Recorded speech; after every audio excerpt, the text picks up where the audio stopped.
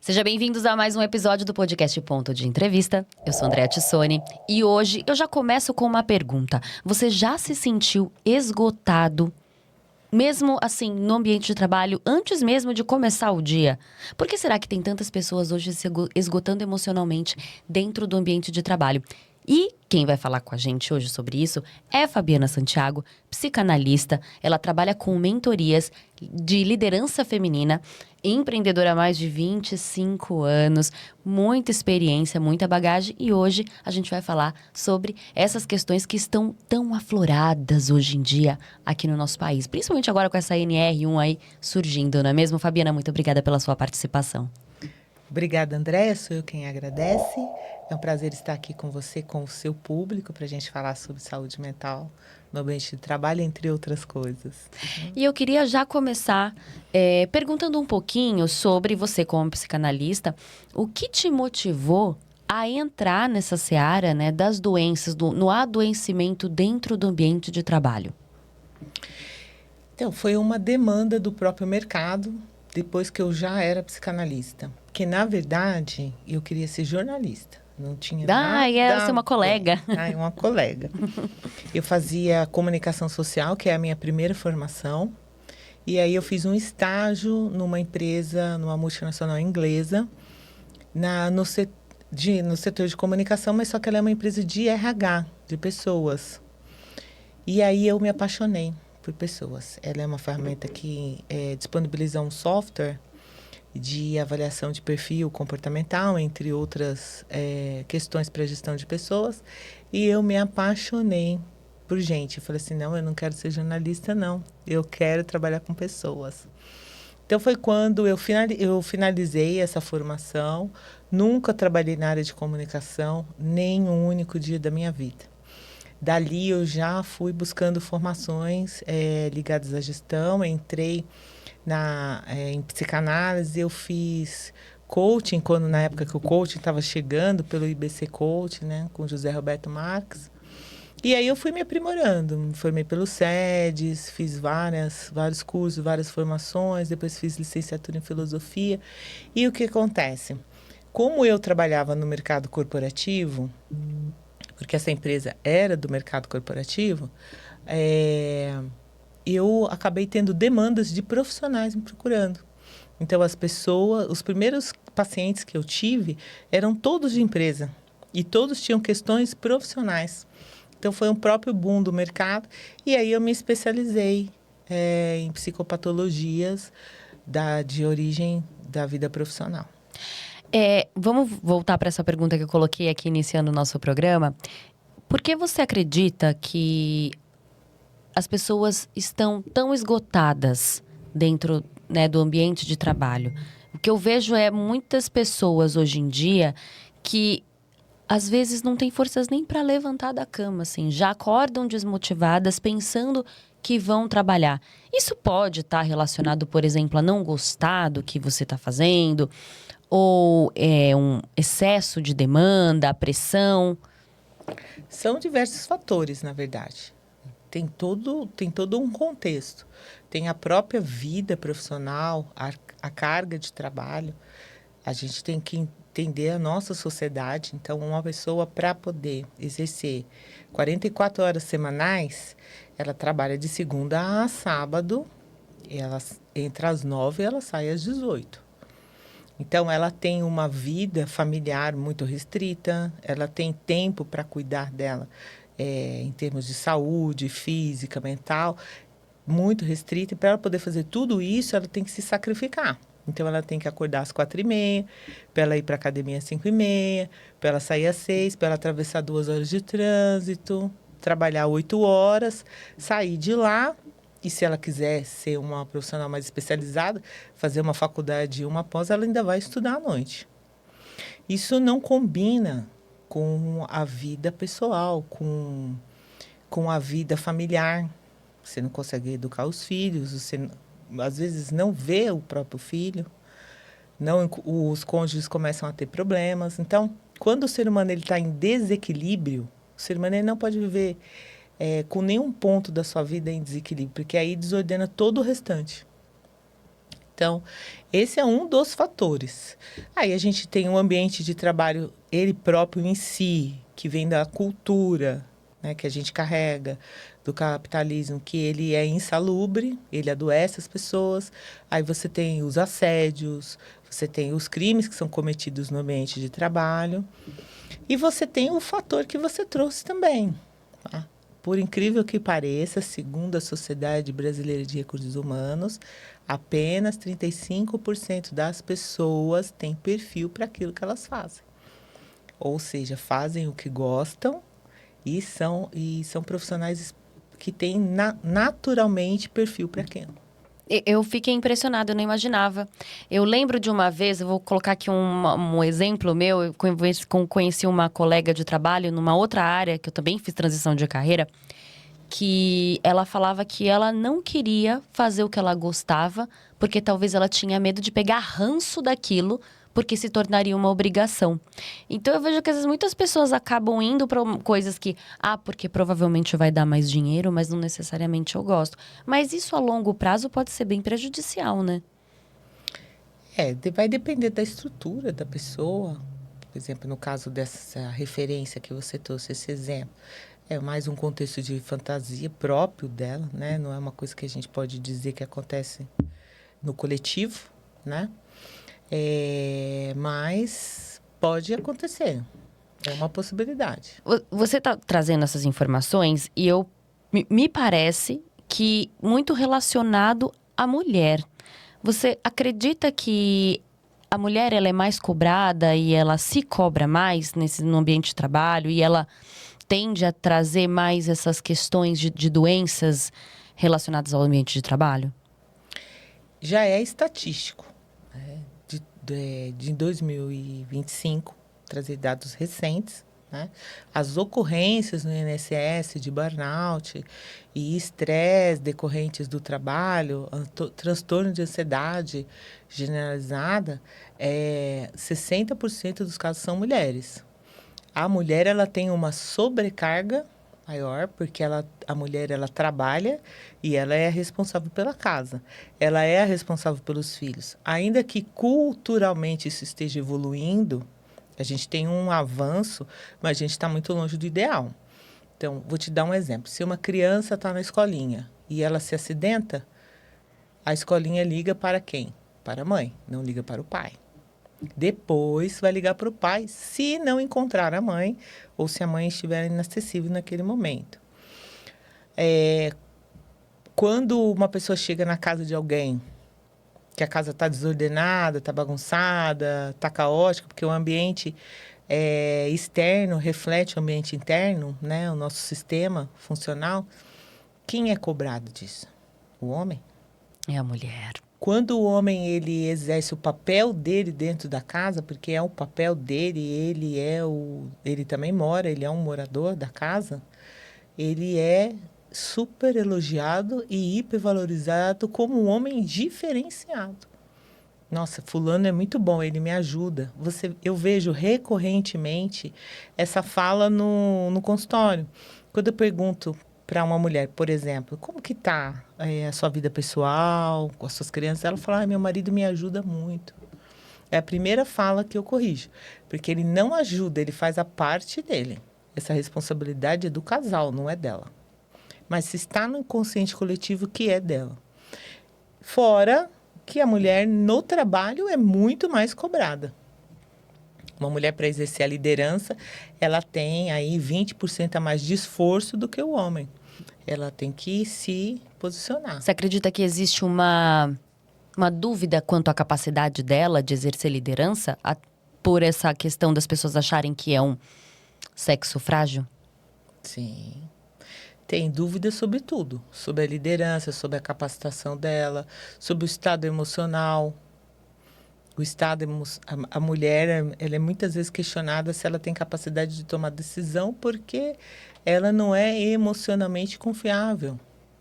Ela tem os períodos que ela fica nervosa. Então, quantas vezes você escuta falando, nossa, você está bem? Você quer um chocolate?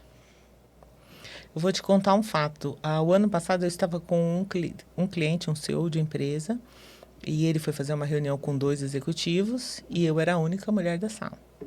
Então, o CEO sentou na cabeceira, eu sentei do lado direito dele e os outros diretores do lado esquerdo. Na hora que a reunião começou, ele pegou um papel, uma caneta, me entregou e falou assim para mim: "Você anota para nós a pauta?"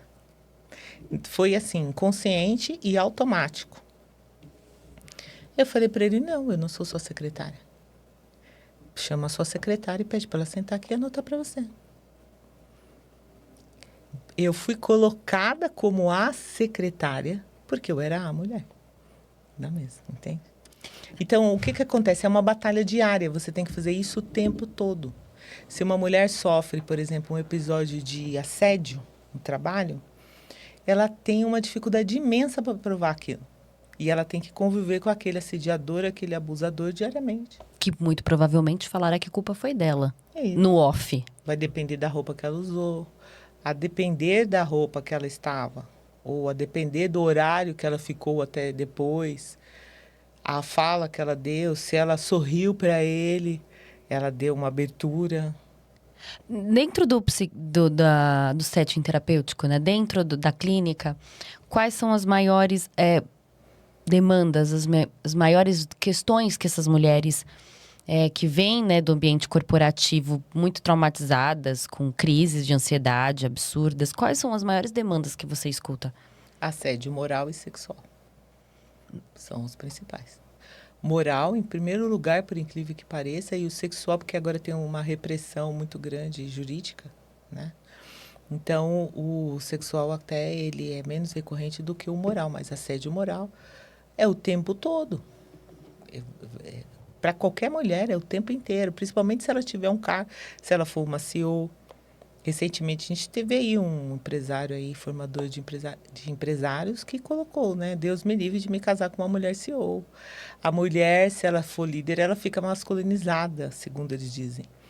Ela se torna masculina, ela não pode ter liderança. Por quê? Eu ouvi um coach de homens esses dias no Instagram falando assim: por que que a mulher quer trabalhar? Por que que ela quer ser líder? Se ela tem um papel tão bonito que é ser mãe, arruma um marido bom e vai ter filhos. É isso. Brasil. O que a gente vai falar sobre isso? É isso. É uma luta diária, né, que a gente tem que enfrentar. Todos os dias. Da sua própria sobrevivência, sua proteção, porque a gente está vendo aí, né, dados de 2026, todos os dias morrem 6 mulheres por feminicídio. Né, que é um crime diferente do homicídio, que é quando você é morta só por ser mulher, pela questão do seu gênero.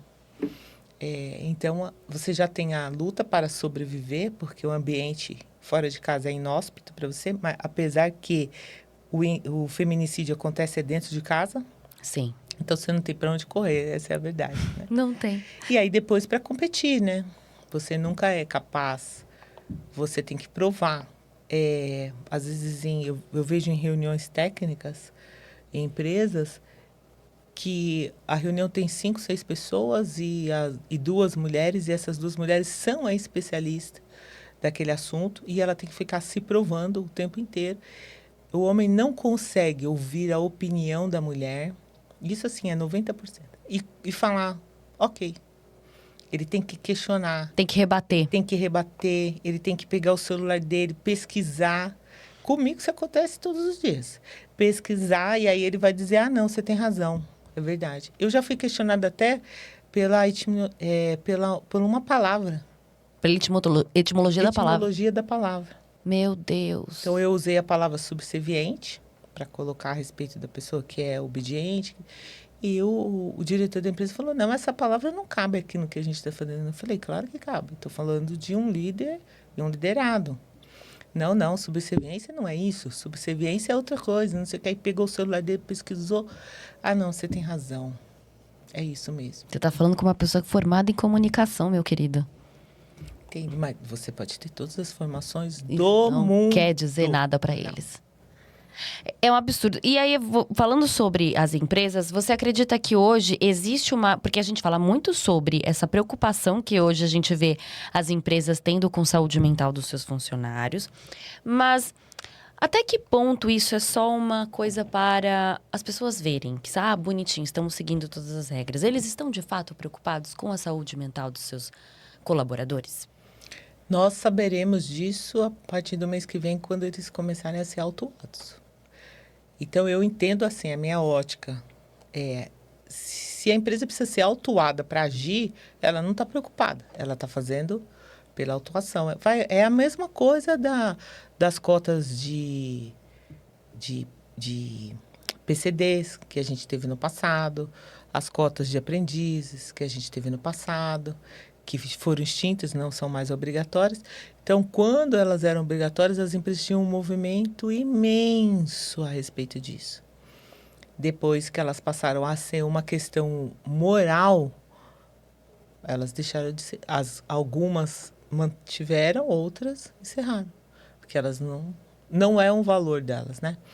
Então, há 2 anos atrás, houve uma campanha imensa de executivos, de CEOs, de Big Techs, para que as agendas woke fossem encerradas. Eu vi isso. Né? Então, os principais CEOs das Big Techs mundiais, eles fizeram, e outras empresas entraram na onda, porque eles falaram que essa agenda woke não era produtiva, não trazia resultado. Então, as empresas, elas são capitalistas. Eu não acredito que nenhuma empresa está, de fato, fazendo todo esse movimento que requer um investimento, não só de financeiro, porque eu acho que o financeiro para a empresa é o menor investimento, mas o investimento de construção de cultura, desenvolvimento. As grandes empresas, eu creio mais nas empresas pequenas e nas médias, que tem talvez uma visão, até porque elas são empresas fundadas por alguém que já foi funcionário de alguém, então essa pessoa carrega as suas dores, né? Mas essas grandes, eu acho que elas vão seguir a regra. A regra foi dada, eles vão seguir. Eu não vejo assim a nossa sociedade com um movimento de que vamos ser legais, vamos ser honestos, vamos respeitar as pessoas. Eu não enxergo. Cabe também, eu não sei, vou te perguntar aqui, porque eu vim de uma geração, milênio, vim de uma geração onde a gente foi criado acreditando que o sofrimento compensava o trabalho. Quanto mais você sofre, mais você vai ganhar dinheiro, mais você vai se realizar profissionalmente, então você tem que tolerar certas coisas. Você acredita que a gente aprendeu a não impor os nossos limites também dentro do ambiente de trabalho? Não, eu acho que a gente aprendeu isso em casa, na infância, e replicou no ambiente de trabalho. Claro. O referencial não é um ambiente... O ambiente de trabalho, ele só replica aquilo que já existe nas famílias, nas casas. Né? Nós somos uma sociedade de famílias patriarcais com ausência de pai. Então, olha como é complexo tratar isso. É um discurso patriarcal, mas o pai não está ali. Não tem aquele pai. Então, como que você direciona a sua vida com referencial? Se você vive um abuso na infância, e abuso não lê-se só sexual, abuso existe em várias vertentes. Se você vive esse abuso, por que você vai detectar o abuso na vida adulta, se você não trabalhar a sua mente para isso? Faz todo sentido. Não é difícil. É complicadíssimo, por isso que tá todo mundo adoecido. Na sua opinião, na sua experiência, trabalhando com líderes e empresas, qual é o erro mais comum que esses gestores cometem quando eles têm que lidar com as pessoas? Em situações de adversidade ou no cotidiano? No cotidiano, dentro do ambiente ali corporativo. Eu acho que é desconsiderar o fator humano. Eu acho que quando o líder ele desconsidera que ele está tratando de uma pessoa que também trabalha. Não é a função, ele não está cuidando daquela função. Então, os líderes que não são trabalhados tendem a olhar para a função, não para a pessoa. Tanto que se a função não for exercida corretamente, a gente corta a pessoa e põe outra no lugar. Tem empresas que têm altíssimo índice de turnover. Por quê? Porque ela está olhando para o processo. Só quem é que gera resultado são as pessoas. Nada funciona sem pessoas. Eles não entenderam isso ainda. Que não é inteligente não olhar para as pessoas. Que as pessoas infelizes são improdutivas. Pessoas adoecidas adoecem outras pessoas. E aí vira uma bola de neve. E isso, vou entrar aqui numa seara, que é uma discussão bem grande que está se acontecendo hoje, fala muito sobre a escala 6x1, que é uma coisa que sacrificante, principalmente para muitas pessoas que já não têm tanto contato com a família. E as pessoas não entendem, às vezes, que isso, de certa forma, para algumas empresas, claro que eu não vou colocar aqui em todas, a gente sabe que tem microempreendedores, às vezes, que não conseguiriam lidar com isso, mas que, de alguma forma, se a pessoa tiver uma qualidade de vida melhor dentro das outras áreas da sua vida, poderia ser um fator que poderia contribuir também, né? Eu acho que a escala 6x1 é totalmente insalubre, é inapropriada. No meu ponto de vista, ninguém, a não ser que a pessoa não tenha uma vida pessoal, alguém que é workaholic, que ela desvia todas as suas questões emocionais para o trabalho, para ela não ter que lidar com as questões em casa, com o casamento dela falido, com o filho. Aí tudo bem, a pessoa super trabalha, ela faz questão. E se isso for uma opção dela, tá ok. A questão é quando isso é imposto pela empresa, para que a pessoa possa ter subsistência, sobreviver. A gente tem que entender qual que é o significado do trabalho na vida de uma pessoa. É a sua sobrevivência, é a manutenção daquilo que é mais importante para ela, a vida dela e a família dela. Então, é disso que a gente está falando, né? Eu considero a escala 6x1 extremamente problemática. Porém, eu entendo o outro lado da moeda também. Você recebe uma demanda estatal e o Estado não proporciona para você, para quem vai ter que administrar e resolver essa demanda, que é um empresário, as empresas, enfim, um apoio para essa solução. Então, a gente tem uma carga de impostos imensa, né, no Brasil.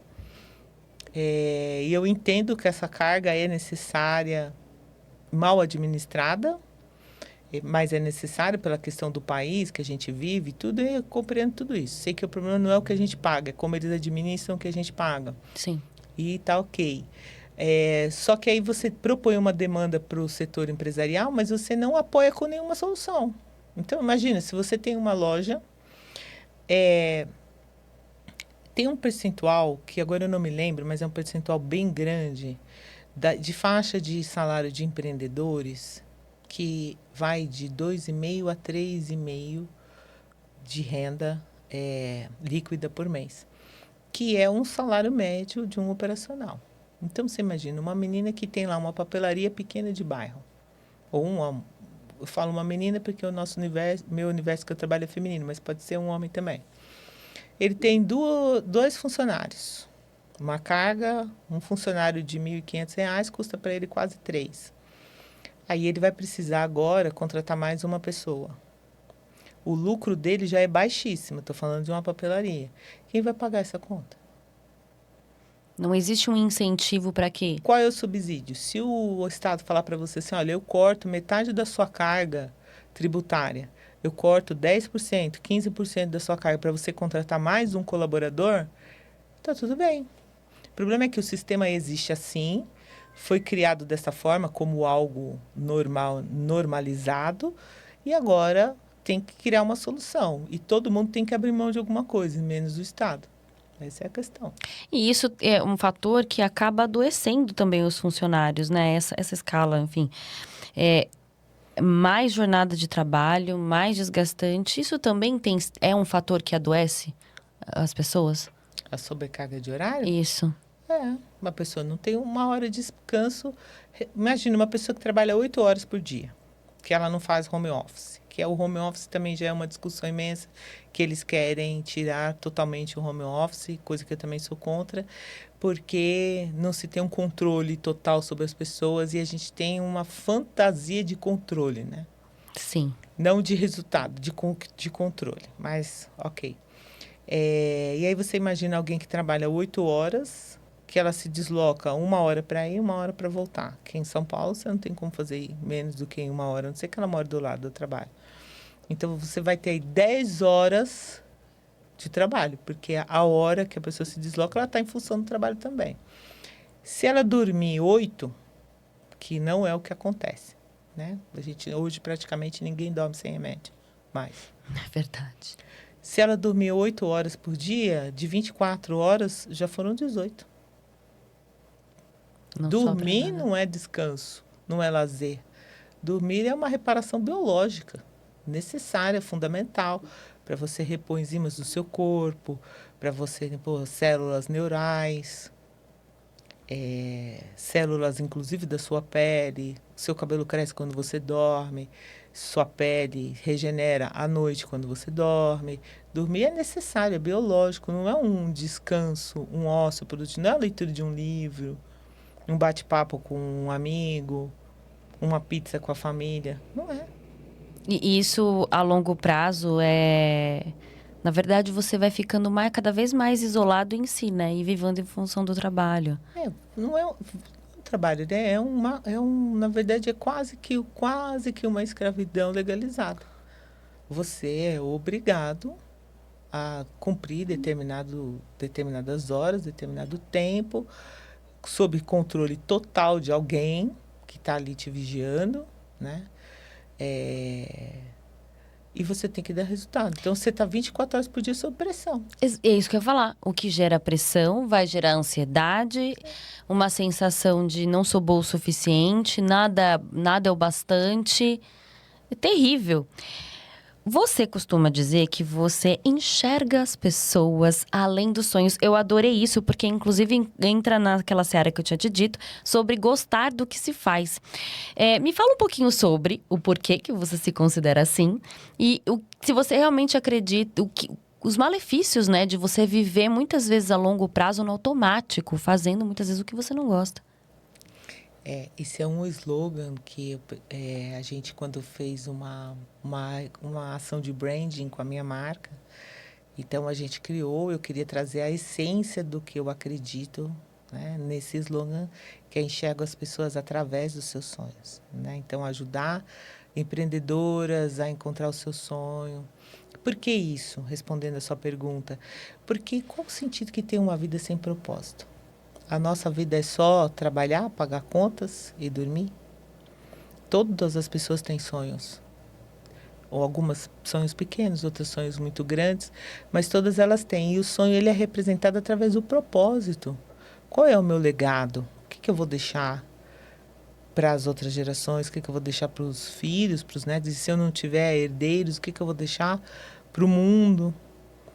Eu quero deixar alguma coisa, ou eu quero ser um ser humano livre, colocar uma mochila nas minhas coisas, que eu acho legal também, tá? Eu acho que o ser humano tem que fazer o que ele quiser. Que também é um sonho. E é um Quero sonho. viver minha vida. Exato. Eu quero só conhecer o máximo que eu puder e até a hora que eu passar para outro plano. Então, para isso você precisa ter sonhos, propósitos, né? Então, eu acho que a vida sem propósito, uma vida mecânica, como você colocou, automatizada, ela é uma vida triste. E a tristeza, isso é bíblico, não sei o que estou te falando, tá? Ela rói os ossos. É muito profundo isso. Porque você não ter motivação, e aí a gente pode entrar até na psicanálise, né? A pulsão, né? É a pura pulsão da morte. Você já não tem mais vontade estou fazendo isso por quê? Para quem, né? Qual o sentido? E você acredita que as pessoas, quando elas entram na clínica, elas estão já um pouco quase nesse estágio de não ter mais propósito, não ter mais essa vontade de seguir seus sonhos? É muito individual isso.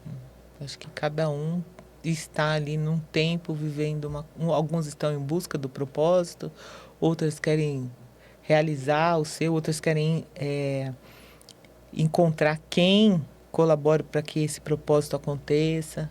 Isso é muito individual. O propósito ele é totalmente individual. Não existe propósito coletivo. Existem pessoas que têm um propósito semelhante, que se juntam. Isso pode estar relacionado com autoconhecimento? O que eu sinto hoje é que muitas pessoas nem se conhecem, sabe? Não sabem muito bem do que gostam, o que querem fazer, vivem no automático, simplesmente para pagar conta e vão levando a vida. Mas quando você pergunta para elas quem é você, né? Quem é você? Ela fala o que ela faz, ela fala o cargo dela, mas ela não fala quem ela é de fato. E aí eu fico pensando assim, será que ela sabe quem ela é? Quais são os sonhos íntimos, assim, mais profundos dela? Eu fico me questionando sobre. É que isso é muito novo, né? Essa questão de felicidade, ser feliz, ter casamento feliz, ter sociedade, felicidade no trabalho, trabalho motivado, liderança, isso é pós-Segunda Guerra. Antes disso, as pessoas lutavam para sobreviver. Ninguém parava para pensar, nossa, quem fazia isso era o grande ser diferenciado que construiu, descobriu grandes coisas, que foram as pessoas que só tiveram louros, inclusive depois de mortos, porque a sociedade não valorizava aquilo naquele momento. Então, eu creio que sim, a maioria das pessoas não tem autoconhecimento, apesar que Sócrates já falava disso 480 a.C., né? Mas as pessoas não têm autoconhecimento, elas têm uma dificuldade, porque para você ter autoconhecimento, você tem que pagar um preço um pouco caro, que é você olhar para dentro. E às vezes dói. Na verdade, às vezes não, dói sempre. É que às vezes dói muito. A gente às vezes não gosta de olhar pra quem a gente é, né? Exato. Então é mais fácil ser projetivo, né? Tem que ser sempre o outro. Então, se você não tem autoconhecimento, é uma reação em cadeia. Você não vai ter propósito também, ou você vai engajar no propósito de outra pessoa, que lá na frente vai te deixar infeliz. E é isso. Muitas pessoas, elas sabem que elas estão infelizes dentro desse trabalho. Elas sabem disso, mas elas não conseguem sair. O que você poderia me dizer sobre por qual razão, né? Quais as razões, muitas vezes, que levam essa pessoa a ter medo de tomar, às vezes, uma decisão de sair daquele lugar que está adoecendo? O mesmo motivo que faz com que a pessoa não consiga sair de um relacionamento abusivo. Ela está presa. Qual que é a dinâmica do abuso? No trabalho, no relacionamento, é o investimento do bom e do ruim na mesma relação. Então, eu tenho um chefe tóxico, trazer para o trabalho. Eu tenho um chefe tóxico, ele me assedia, eu sou desrespeitada, mas eu ganho um salário muito bom. Com esse salário, eu viajo para o exterior, eu mantenho a minha família, eu tenho um status quo que aquele salário mantém. Então, eu permaneço ali sofrendo. Essa é a mesma dinâmica, é a dinâmica do relacionamento abusivo. Também, a mesma dinâmica. Ele me bate... Ele gera dopamina? Acho que é dopamina, não sei se é o... Enfim, ele gera aquelas picos, né? Porque ele me bate, depois ele me traz flores. Então, quando ele me traz flores, a minha dopamina sobe e eu me embriago com aquilo. Eu achei engraçado você falar sobre isso, porque eu já tive um ambiente de trabalho que era bem tóxico quando estava numa outra carreira. E era muito engraçado, porque parecia mesmo realmente, assim, essa dinâmica de relacionamento abusivo. Porque, ao mesmo tempo, ele se mostrava nesses momentos em que ele precisava, né, que a gente fosse engajado. Enfim, aí ele vinha com elogios, inclusive, sabe? Parabéns, é isso mesmo. De repente, era uma humilhação.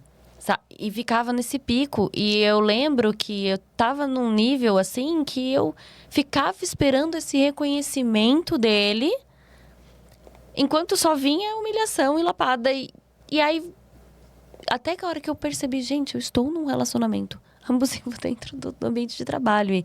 E é assustador quando você percebe, né? Mas é exatamente igual, ele não tem diferença nenhuma do relacionamento pessoal. É que a gente, no relacionamento pessoal, ele é um pouco mais romantizado, né? Mas ele é tão destrutivo quanto. Existem pessoas que perdem a sua capacidade de existir por causa do trabalho. Existem pessoas que atravessam a linha do burnout e nunca mais voltam. Elas não conseguem mais ter um relacionamento. Existem pessoas que não conseguem ligar um computador, nunca mais na vida. Ela tem que passar por e existem muitas pessoas que se recuperam, mas essas que se recuperam passam por um processo de multifatores, várias correntes, para que ela possa se reestruturar e voltar à essência, voltar a acreditar. É como quem vive muitas decepções amorosas. Uma pessoa que tem um ciclo de diversos relacionamentos abusivos com pessoas com transtorno narcisista. Chega um momento que ela não acredita mais no amor. Ela fala, não, o amor não é para mim. Essa coisa do amor não existe, isso é hollywoodiano. Ou não é para mim, eu não nasci para isso na vida. Tem o dedo podre. Tem o dedo podre. O trabalho funciona exatamente igual. Não, eu não sou uma boa profissional, eu sou uma fraude. E se eu escuto isso, assim, é uma frase recorrente. Eu sou uma fraude. Tal pessoa tem razão. E aí, se ela tiver um meio de vida que ela seja sustentada por alguém, né, um familiar ou uma pensão ou qualquer coisa, isso a gente está falando de classe média, eles param de trabalhar. Ah, mas não acontece com as classes menos privilegiadas? Acontece. Só que ela não vai ter rede de apoio. Aí ela vai para um subsídio do Estado. Então tem bastante gente, provavelmente, nesse... Pelos números do INSS, você consegue ver quantas pessoas a gente tem. E tem profissões específicas que são enfermeiros, professores e policiais. Você sabe que o índice de pessoas que, não vou falar a palavra, né, porque às vezes cortam a gente, mas que atentam quanto à própria vida, o maior índice desses profissionais estão entre os policiais militares. Por que será isso? A pressão. Tem vários risco, fatores, né? tá? Tem o risco, tem a pressão, tem várias coisas. Mas estão entre essas pessoas. Mas você tem líderes religiosos. A gente tem que olhar para isso. As pessoas não querem olhar, porque isso mexe com muitas questões, né? É muito polêmico. Então, mexe com muitas questões humanas, mexe com a religião da pessoa, mexe com os valores dela, mexe com a carreira de família. Mexe com o próprio sistema capitalista que a gente vive, né? Com o sistema capitalista, principalmente. O sistema capitalista é o que adoece. Essa competitividade, essa cultura da felicidade. Ao mesmo tempo, há estudiosos que dizem que ela é uma vertente tóxica e abusiva. É aquela positividade tóxica que a gente fala. Exato. De você ter que ser feliz. Então, assim, eu acredito na questão do propósito, mas há profissionais que acreditam que se você viver com essa preocupação de encontrar o seu propósito, a sua vida vai ser muito infeliz. São correntes, né, de crenças. E talvez tenha realmente um pouco de negatividade, de toxicidade nessa questão de você buscar o bem-estar. E é tão curioso que eu observo em consultório que a pessoa, quando ela encontra a felicidade, por exemplo, a felicidade dela é o esporte, vamos supor. Então, ela vai praticar esporte porque ela se descobriu no esporte, mas ela tem um trabalho e que mantém esse lazer dela, mas o propósito dela é ser esportista. Ela não se satisfaz com um esporte. Então, eu observo a compulsão da busca, né? Então, ali ela começa a correr, depois passa 3 meses, correr, já não está dando mais aquela dopamina. Aí ela vai correr e nadar. Aí ela vai participar de um campeonato. Aí ela vai começar a fazer yoga. Aí ela vai começar a fazer pilates. Aí ela vai começar a treinar na academia. Eu estou falando do esporte, que é uma coisa boa, mas que ela pode se transformar numa coisa negativa. Se você vê tudo que nos movimenta para ter essas cargas dopaminérgicas altas, elas acabam. É como a paixão, ela mina em determinado momento. E aí, quando há esse esvaziamento, há um sentimento de vazio existencial. E aí a pessoa começa a procurar de novo. É como quem é viciado em se apaixonar. Tem pessoas que não conseguem viver um relacionamento duradouro porque ele está viciado naquele sentimento da adrenalina e da dopamina também, da paixão. E vou até fazer uma pergunta agora, fugindo um pouco. Por isso que será que existe até... Claro que são vários fatores, mas eu vou colocar aqui de uma forma bem a grosso modo. A traição? É um dos. Porque ela... A traição Eu acho que é um pouquinho mais complexo, porque assim, eu não creio que o ser humano é monogâmico, por natureza. Você é maravilhosa. Eu sou honesta. Tá certíssima, porque eu também penso assim, eu também falo isso, embora eu seja monogâmica, mas mas é mais por uma questão cultural e social, enfim. É uma construção, é uma escolha, aí você vai construir, você vai fazer um esforço para ser monogâmico, porque você tem um compromisso, porque você gosta, mas essa não é a natureza humana.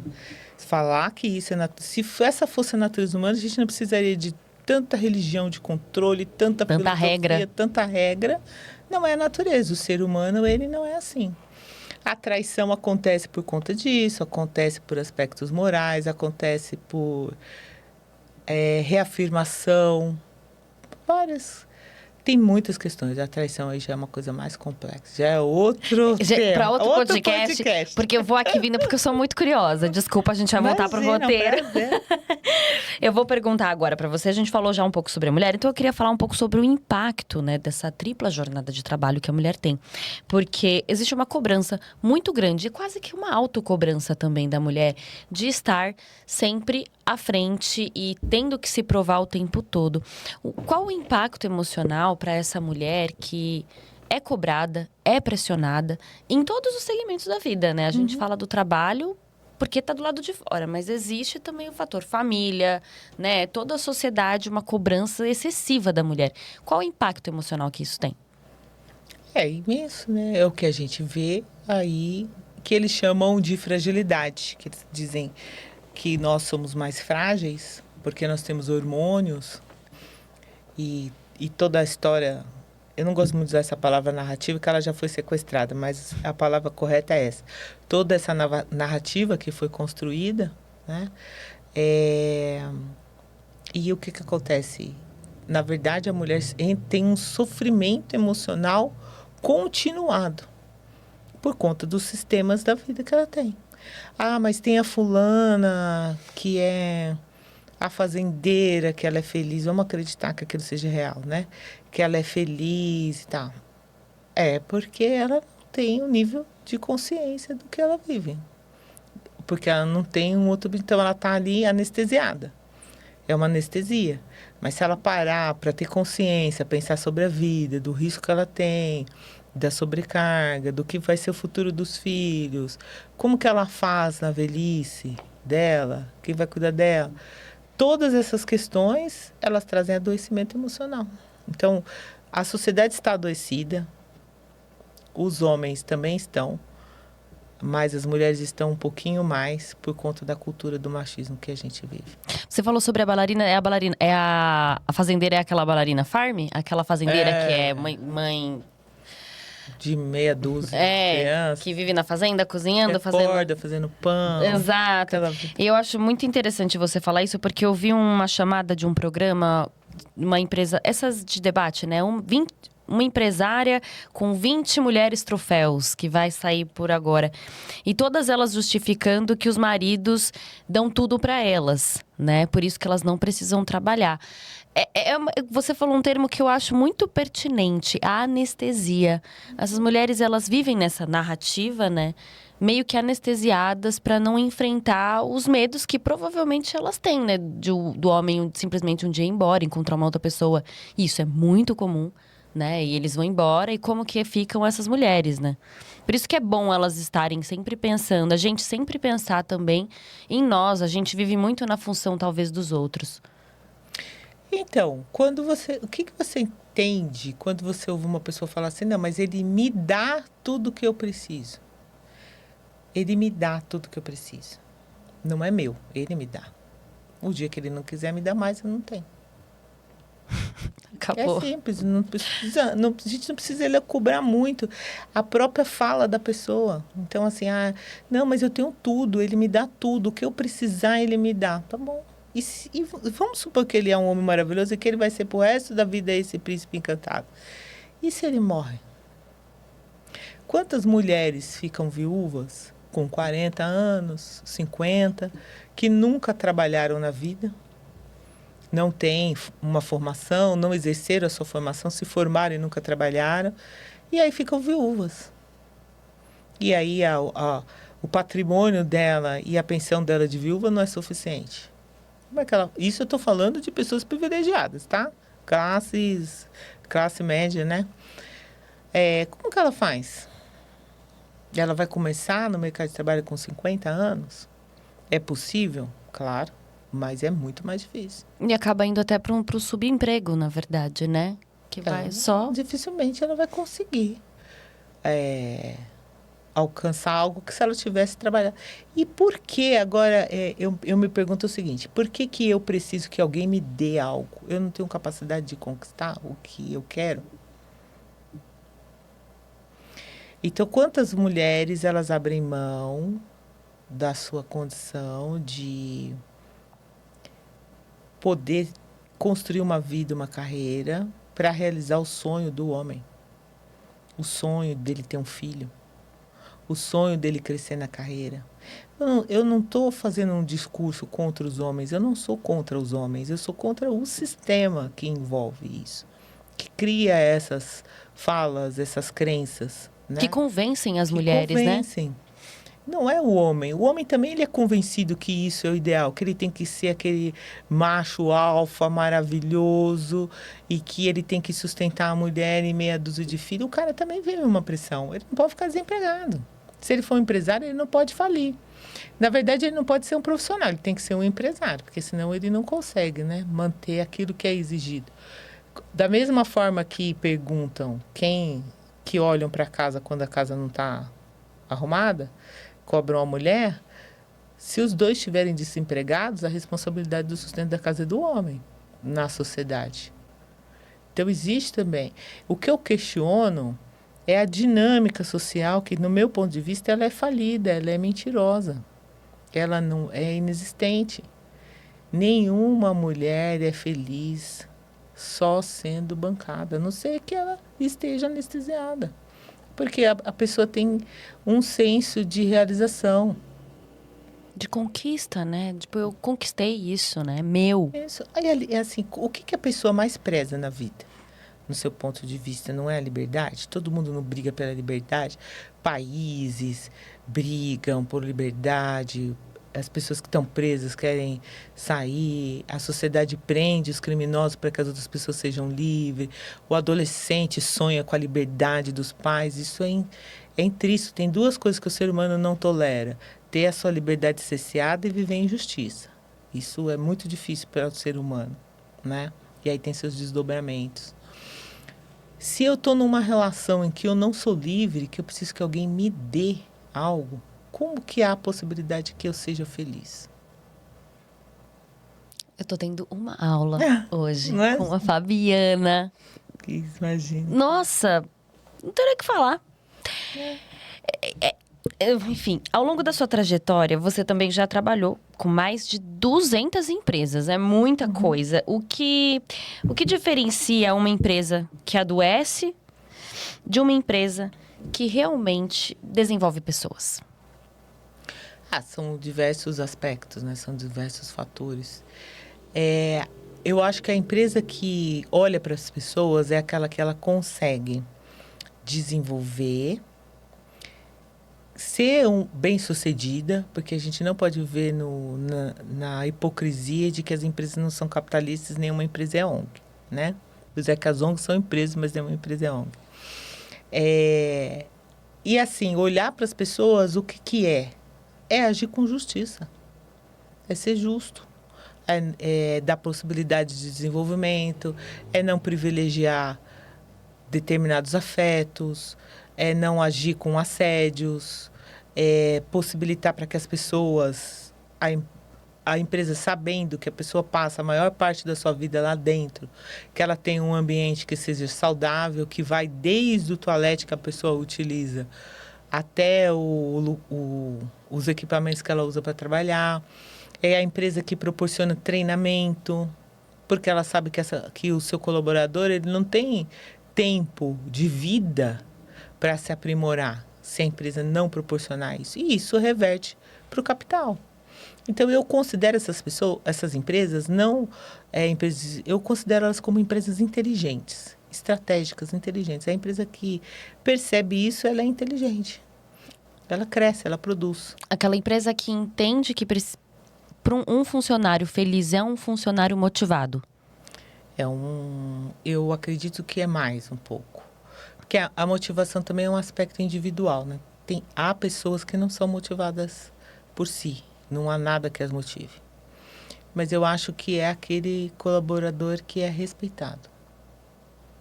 Eu acho que é isso. Respeitado. Hoje se fala muito sobre propósito no trabalho. A gente estava falando sobre isso, mas como saber quando essa busca é genuína ou quando ela vive apenas mais uma pressão? Vou entrar agora já pegando o gancho disso. A gente vê muitas empresas, eu sou da comunicação e eu vejo muitas agências por aí, bem famosas no Instagram, enfim, que pregam muito aquela coisa de você tem que trabalhar pela empresa porque somos todos família e aquela jornada de trabalho praticamente escrava. O cara que trabalha comigo tem que trabalhar 70 horas e é isso. E é uma defesa, né, de quase que o propósito da empresa tem que ser o propósito de praticamente todos os funcionários ali, né? Tipo assim, sonhando juntos. Então, eles meio que manipulam as pessoas a acreditar que aquele propósito é deles também. Isso acontece bastante? Acontece, mas é nesse ponto eu concordo. Porque eu acho assim, os conteúdos limitantes nossos, nossas crenças limitantes, elas fazem com que a gente não enxergue possibilidades, a gente não tem amplitude de visão. Existem empresas de todo tipo do mundo. Tem essa empresa que o cara tem que trabalhar 70 horas e tem a empresa que a pessoa pode trabalhar 40 horas. E que ele quer que o colaborador saia no horário, que ele faz questão que a pessoa almoce, que ele não quer clima pesado na empresa. A pessoa ela tem que entender onde ela se encaixa. Então, eu falo muito de cultura organizacional. Então, essa empresa que tem 70 horas de trabalho, ela tem uma cultura, é a cultura dela. Ela trabalha na ilegalidade, a gente tem que olhar para isso. Não são empresas que trabalham na legalidade. A gente tem uma legislação trabalhista. As pessoas não podem trabalhar mais que 44 horas. Então, o cara que trabalha para ele 70 horas, ele não é nem um colaborador CLT. Ele é um prestador de serviço, porque ele nem pode ter. E aí, ele vai dar espaço para essa pessoa. Se você está disposto a isso porque você não quer ter tempo para outras coisas na sua vida, está tudo bem. Eu não acho que é errado. Eu só acho que é errado a pessoa que está ali achando que é o propósito dela, mas não, ela está no lugar. É pessoas certas nos lugares corretos. Isso seria o ideal. Faz muito sentido. E muitas vezes a gente se sente pressionado a estar ali por conta de preciso do dinheiro, ou eu preciso performar, e acaba não aceitando que você não faz parte daquela realidade. Tipo, não me encaixo aqui e é hora de ir embora. E isso acontece com relações abusivas também. A gente acaba tolerando o intolerável. Você falou agora sobre a legalidade. Vamos entrar um pouquinho na NR1. A partir de que mês que ela vai entrar em vigor? Ela já entrou em vigor, né? Agora, a fiscalização começa em maio. Já começa agora. Salvo engano, final de abril, começo de maio. Ela já entrou em vigor desde o ano passado. Né? E como que está sendo, assim, esse processo? Você percebe nas suas palestras, né, nos seus contatos com as empresas que está surgindo uma demanda dessas empresas em se adequar mais? No começo, quando a nova NR1 saiu, foi um boom, né? Um escândalo. E aí as empresas entraram em pânico, foi aquela coisa, aí tiveram um ano para se adequar. Porque o que é, na verdade? Parece que é um bicho de 7 cabeças, as pessoas falam, nossa, adequação da nova NR1, o que eu tenho que fazer? E, na verdade, é uma coisa muito simples. É um diagnóstico de aspectos psicossociais. Então, você tem lá 9 fatores que o MTE trouxe, né? Que você avalia na empresa. Então, você avalia, por exemplo, se a pessoa tem liberdade para exercer a função dela, se ela cumpre a carga de horário que seja saudável, entre outros fatores, são 9. Você mede esses fatores e você não precisa nem medir com todos os funcionários, você pode fazer por amostragem. E você cria ações de correção, onde você tiver problemas críticos e ações de desenvolvimento, para cada mês do ano. É muito simples. Não é nada tão complexo. É que o que acontece quando a fiscalização do MTE chegar lá na empresa e a empresa tiver 20 funcionários, 10 deles com burnout, 8, 6, essa empresa vai ser autuada. Então, a preocupação não é com a ação. Se eles estivessem olhando para o que é a atuação e o retorno que isso traz, não estaria nem esse pânico todo. Entende? Eles estão preocupados com a autuação, que vai ser um peso, uma carga a mais para eles pagarem. É isso. Vamos falar um pouquinho sobre o burnout, já que a gente entrou nisso? Você atende essas pessoas desde a época que nem se falava burnout, né? Exato. Não tinha nem esse nome. Traz pra gente, assim, sintetizada dos sintomas, como que a pessoa consegue perceber que ela pode estar entrando em burnout. O que os primeiros sinais ali de que tem alguma coisa de errado? Bom, primeiro definir, né, para ficar assim bem esclarecedor. O burnout, ele é a perda da capacidade funcional. Isso é o burnout. Vamos supor, se você está muito cansada hoje, aí você vai para casa, toma um banho, toma um chá, deita e dorme. No outro dia você acorda zerada, você estava cansada. Aí no outro dia você está muito cansada, você faz o mesmo ritual, toma um banho, bebe um chá, deita e dorme e acorda aí mais cansada do que quando você dormiu. Isso chama-se exaustão. O burnout, ele é mais do que isso, muito mais do que isso. E a pessoa perde a capacidade laboral. Ela não consegue trabalhar.